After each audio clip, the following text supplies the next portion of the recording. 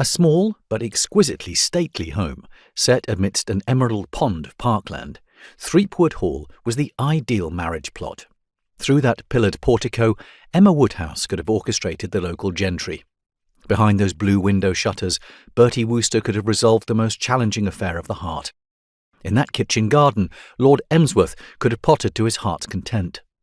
An adornment to the county of Suffolk, Threepwood Hall exuded bonhomie from cellars to chimneys.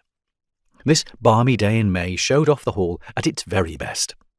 The raked gravel waited expectantly, as if for the carriage wheels of the propertied classes. Beams of sunlight swept languidly over the rose garden and dappled a pond on which ducks dallied. Somewhere nearby, a pig groaned appreciatively as an underling scratched his back. The Heritage Trust had restored this Regency jewel with loving care. No wonder that more than one production manager had their phone number on speed dial. It was a type of location that demanded an epic love story. The village beyond the hall featured an appropriate supporting cast. In the church belfry, a trio of teachers were persistently venting their classroom frustrations on their bell ropes.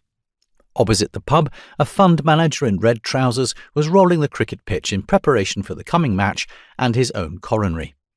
A mother pondering alimony in a puce puffer jacket was walking her labradoodle through the park. Everything appeared to offer visitors a return to an idyllic England before agribusiness and house price inflation had made the countryside a monoculture. But by Monday morning, each extra would have returned to London. In the back kitchen of the hall, a man of nigh on 40 summers sat with his laptop open, stressing about his spreadsheet when he would have preferred to have imagined the woman of his dreams. Unfolded, as it were, Fred would have been a tall man.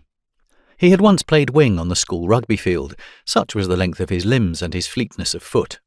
Now he could lay claim to long, but sadly no longer to tall. Worse, 20 years of paralysis had left his legs like anemic twiglets, as he had confessed to a sympathetic friend.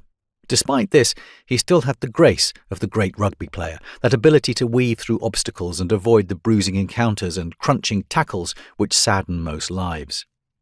Excepting the undodged disaster of the car crash, the life he led had been charmed for the most part. As a result, he retained a youthful grace which endeared him to staff, clients, and above all, friends. Ordinarily, Fred was as sunny as a globally warmed summer afternoon, with the genial disposition of a small-town solicitor. Today, however, despite the wheelchair-accessible stately home, of which he was proprietor for the weekend, he was as tremulous as a climate activist beset by melting ice caps and extreme weather events. He peered at his notes while fiddling with his wheelchair push rims in a manner that his psychologist pal would surely have slapped a label on. Dressed for the part in a rugby shirt and green corduroys, he was temporarily lord of all he surveyed, and he wasn't sure he liked it. It had been so difficult juggling everyone's needs. He had filled the hall with people who had almost nothing in common except him. Most had been to one of his previous birthday parties, except Alberto, Robin's partner, who was a completely unknown quantity. Fred just hoped that the Costa Rican would get on with everyone, and vice versa.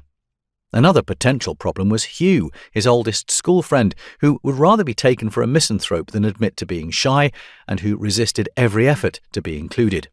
And since shortly after graduation, Fred's glimpses of Heather had mainly come via television screens or computer monitors, though she had always loomed large in his imagination.